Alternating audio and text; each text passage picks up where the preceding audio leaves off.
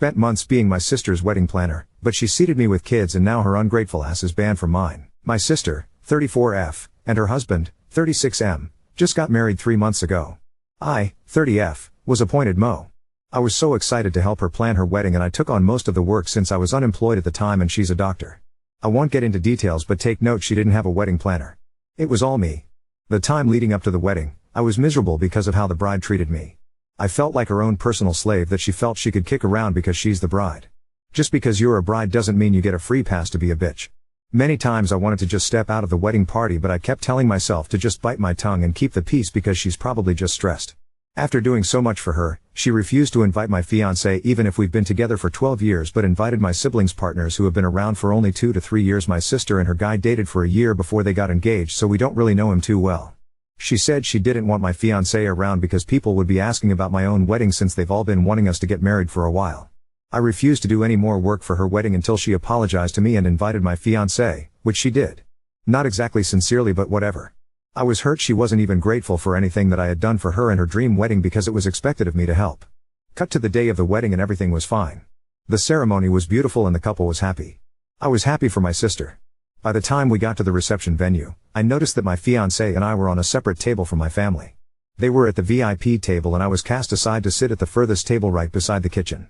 I figured there was a mistake and I calmly asked the bride about it, and she handled the seating plan.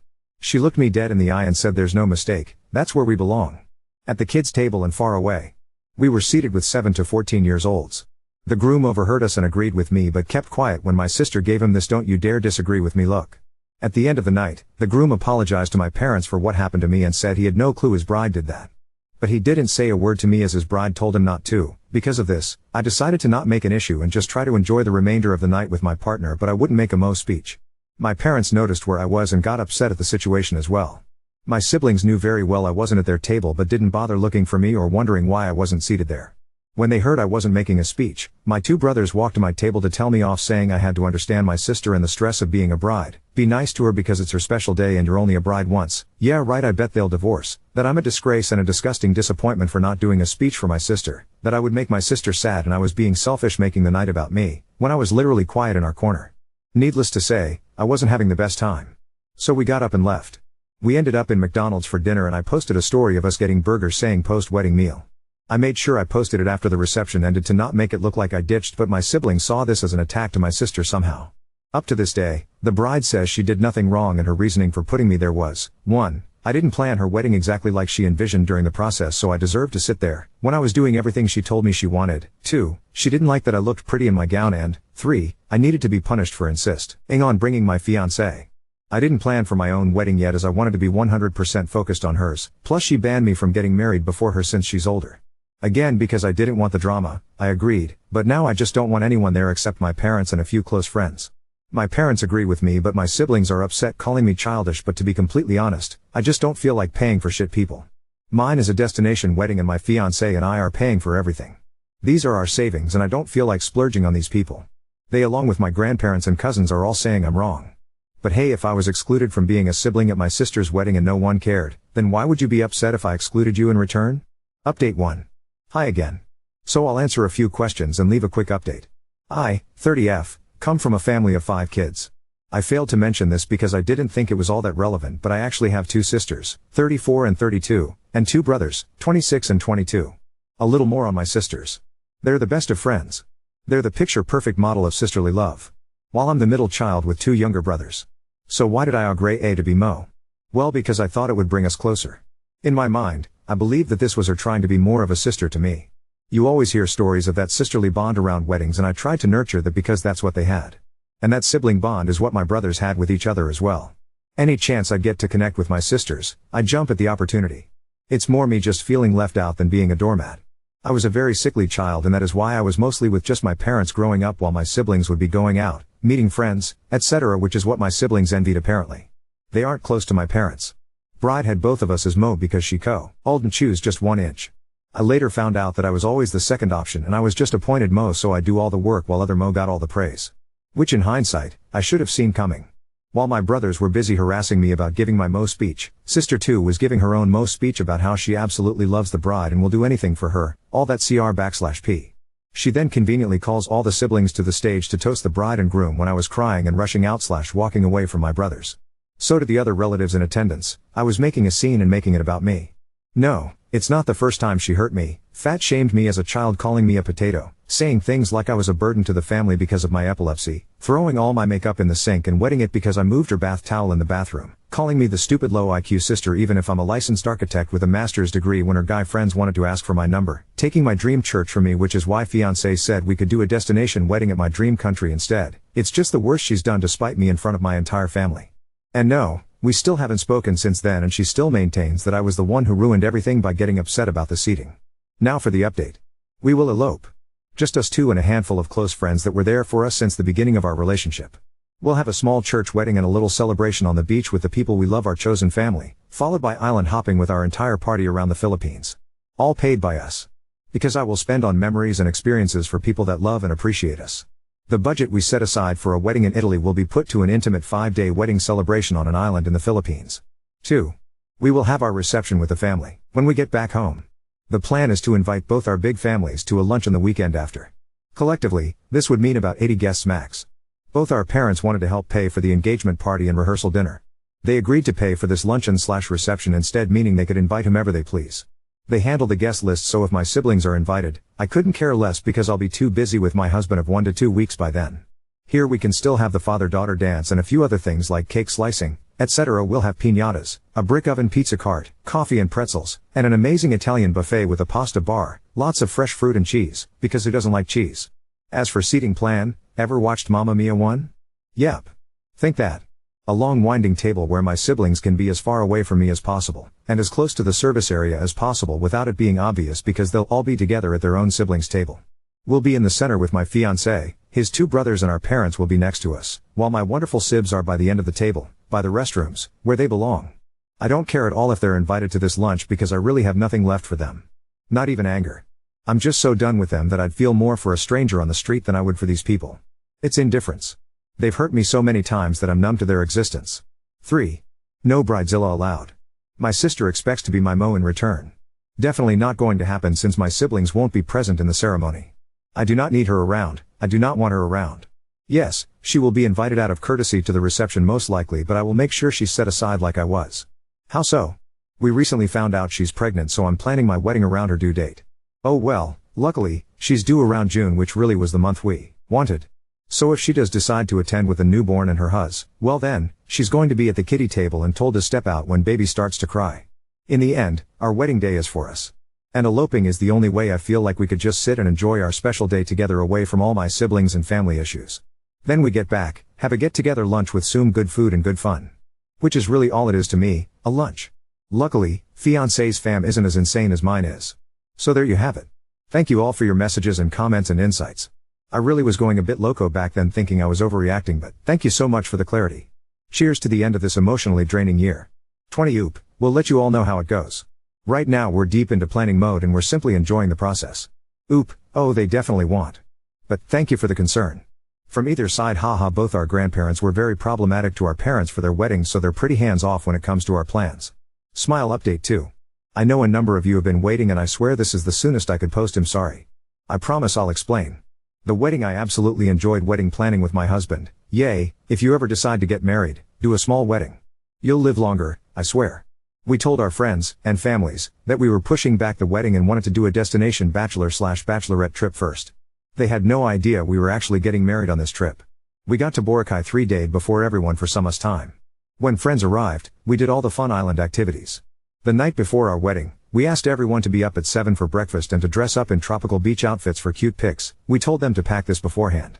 Once everyone was there, husband told them we were to be married at 4 p.m. and this was actually an elopement.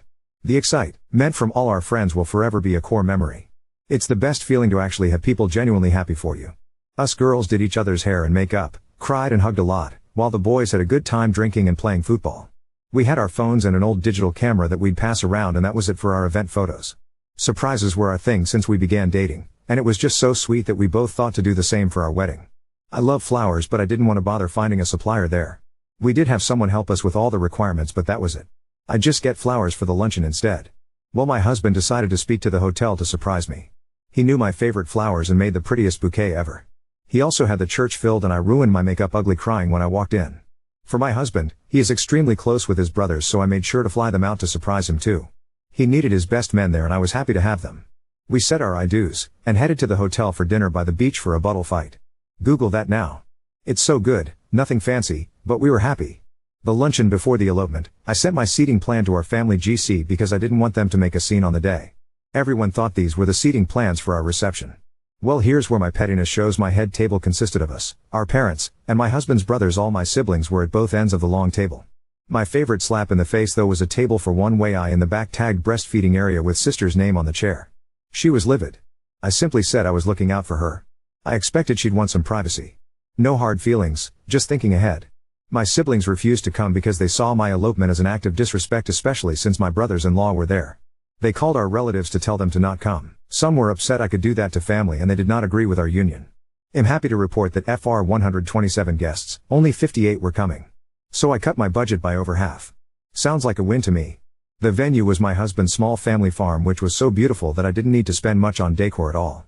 Music was just a Spotify playlist we made. Photos, prenup, beach and lunch were all by my friends. Cake was baked by me and mom 2 nights before. Flowers I bought myself from the morning market and arranged with my girls. My dress was just one I had in my closet. Food, we asked people to bring over potluck meals instead of gifts if they wanted to. We still had our pizza oven, pretzel cart and coffee bar that we paid for instead of a caterer. E-invites were designed by us and sent via email. Since my siblings all didn't want to attend, only Bridezilla's hubby got an invite, with no option for A+1. Her C-section was scheduled a week before my wedding. Did she notice I planned for her to miss the luncheon? Yes. Yes, she did. It was magical. Us being so unaffected upset them even more. But I've come to realize that the louder you try to force people to side with your opinions and your narrative, then the more toxic, unhinged, narcissistic you are. No, I didn't need to go NC with them because they all decided to be NC with me. I didn't even need to try. Blessings left and right. For those blaming my parents, none of my siblings were neglected. If anything, they gave my sibs so much more time and freedom to compensate for all the attention I needed. Remember, these kids are grown-ass adults. My parents are seniors, they're tired. They told my siblings off for being gigantic gaping a-holes, but what else can they do really? Put them on timeout? Since both our parents wanted to pitch in, they helped us with a down payment on a house instead. In return, we surprised them with a 1-week vacation each to Ungrateful. We saved so much from our wedding in Lunk, Han, that we just wanted to show how much we appreciate their support and love. Lastly, any extra food and flowers were either taken home by guests or donated. That just made everything more special. Weddings are about love. Our favorite people were around to celebrate us, and we made sure to also celebrate the love we have for them. Our family, best friends, dogs, who were the stars of the show really. I fully embrace this life of peace, contentment and indifference for my siblings. No idea what they're up to. Sorry, they kicked me out of the GC and I only know my sister gave birth because bro-in-law messaged she did. Last thing I heard is they were still trying to badmouth my husband, but we really couldn't care less. We've moved on. Sucks for them they haven't. Thank you all for following along. It was empowering to know I wasn't alone and enlightening to hear that this type of sibling abuse isn't actually normal. This is your kitty table Mo finally signing off. P.S. I was told this reached TikTok and you vid so fam if this reaches you. Valp. P.P.S. A big reason I didn't get to update you is really bad morning sickness x2. Now on to second story. Refused to stop calling my dad sir despite my girlfriend's discomfort, and now she's giving me the silent treatment. I, 23F, am from the deep south of the United States, while my girlfriend, 22F, is from New England. We met at college when we were both freshmen and have been dating for 3 years. Because all of my family is from the South as well, I was hesitant to introduce my girlfriend to them, so they just recently met her, about 6 months ago, and I'm very lucky in that my family has been supportive thus far. My girlfriend likes my family as well, and has fit in well. However, there has been a problem since the beginning that has been worse than normal lately.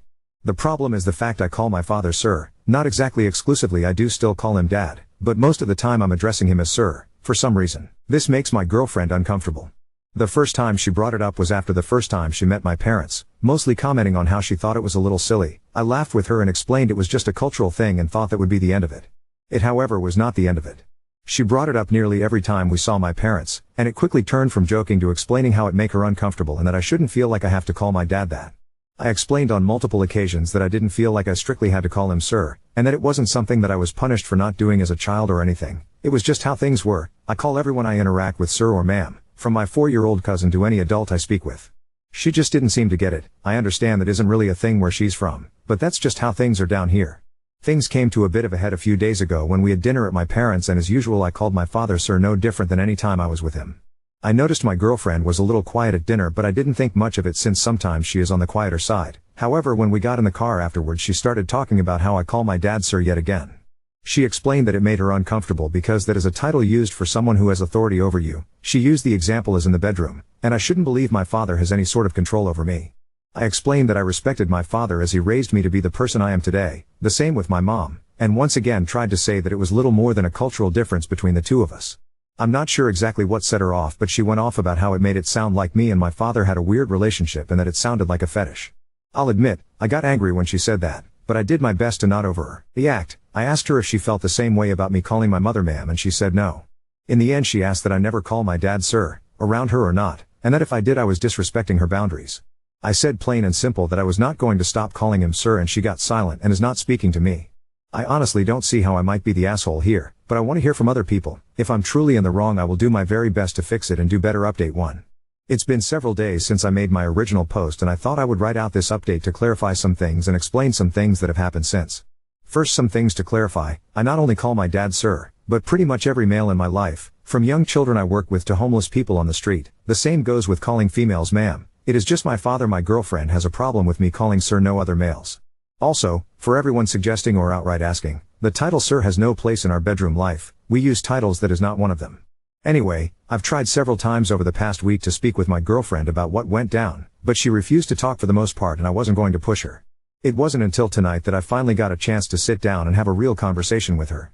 I read every single comment my original post got, and asked her about several things. Someone suggested I ask if she had been any example of my father trying to control me in any way. This got her worked up and she walked away from the conversation for a little while, claiming I was trying to attack her. I gave her time to calm down and was honestly surprised when she returned to the conversation.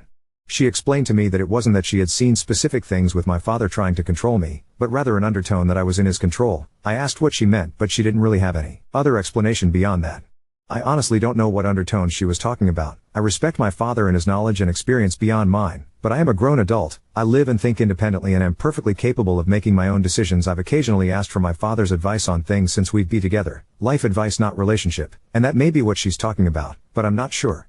Another thing people brought up was a possibility of her having trauma around the title. I experienced regular sexual abuse as a child and she knows that, so we've had conversations around the topic, but this was the first time I asked her outright if she had been through anything like that, and that if that was the case I would not hesitate to call my father something else to avoid triggering her. She said no, that she hadn't been through anything like that, and I obviously believe her. That isn't something she would be dishonest about. However, my offer to stop saying it if it was triggering her did the opposite of what I had hoped. She blew up at me screaming that if I could stop because she was triggered, then why couldn't I stop just because she didn't like it? I tried to stay calm and explain that being weirded out by something is nothing close to having traumatic thoughts triggered, but she just kept going. In her yelling, she mentioned her boundary again, and that I was being toxic. At this point I could feel myself getting angry and said we could finish the conversation another time. She stormed out and I haven't spoken to her at all for the past several hours. Now I've just been contemplating. I really don't want to give in and change how I address other people. I feel like she is being unreasonable, but maybe I'm the one being unreasonable. I'm just unsure how to proceed here. The thought of possibly ending the relationship has come up, but that seems like me making a bigger deal out of it than it is. I'd be thankful for any advice on what to do. Update 2. I plan for this to be my last update about this unless something crazy happens or I otherwise feel like I need to. I've read all your comments over and over again, and I want to thank so many of you for explaining how boundaries are supposed to work so clearly, or to those who presented reasons why my girlfriend might be uncomfortable. Everything has been helpful. Honestly, after posting my last update and getting comments about how my girlfriend is crazy and a walking red flag, I got a little defensive, not wanting to think that about her. But more recent events have really opened my eyes. My girlfriend returned to our home the morning after I posted the first update but didn't want to talk, but I didn't mind cause it gave me more time to think. Eventually I told her we needed to sit down and have a real conversation, no yelling, no accusations, and if she did either of those things I would be pausing the conversation. She wasn't happy, but she agreed to it. I asked her again about trauma, more specifically her relationship with her father. I've interacted with her father many times and haven't noticed anything, but not all things are easily noticeable, so I asked anyway. She said that I was projected my own issues with my father, which I don't have, onto her, and I can't comprehend an appropriate and respectful relationship between father and daughter. I did my best to not react to this and moved on. We talked in circles for a long time about everything that happened, and she eventually yelled out that she didn't feel respected in our relationship, that her telling me the first time that me calling my father sir made her uncomfortable, that should have been the end of it, that I shouldn't be prioritizing something as stupid as what I call my father over her, and that if I didn't stop she would be breaking up with me. She also mentioned she didn't like how often we went to see my family, 5-ish times a month. That worried me, and I, as Ket her if she felt unwelcome or anything around my family, and she said no, but talked about how I am an adult who needs to live my own life, and once again brought up breaking up with her if I didn't change things. I ended the conversation when it didn't seem like she had anything else to say and said I needed to do some thinking. I've thought for a while and finally have made the decision to break things off with her. It's not an easy decision and I still feel a little ridiculous for breaking it off over something so little as this, but I've come to realize that it's not just that. If this is the kind of person she is going to be, and how she was going to go about conflict, I think it's best if I'm no longer with her. I haven't had the conversation with her about that yet, but I know I need to soon. I sometimes struggle to put my thoughts together the right way, so any advice on how to approach that without setting her off again would be appreciated. Again, thank you all for giving your thoughts. It's really helped me to understand things more and know it's not all a problem in my head.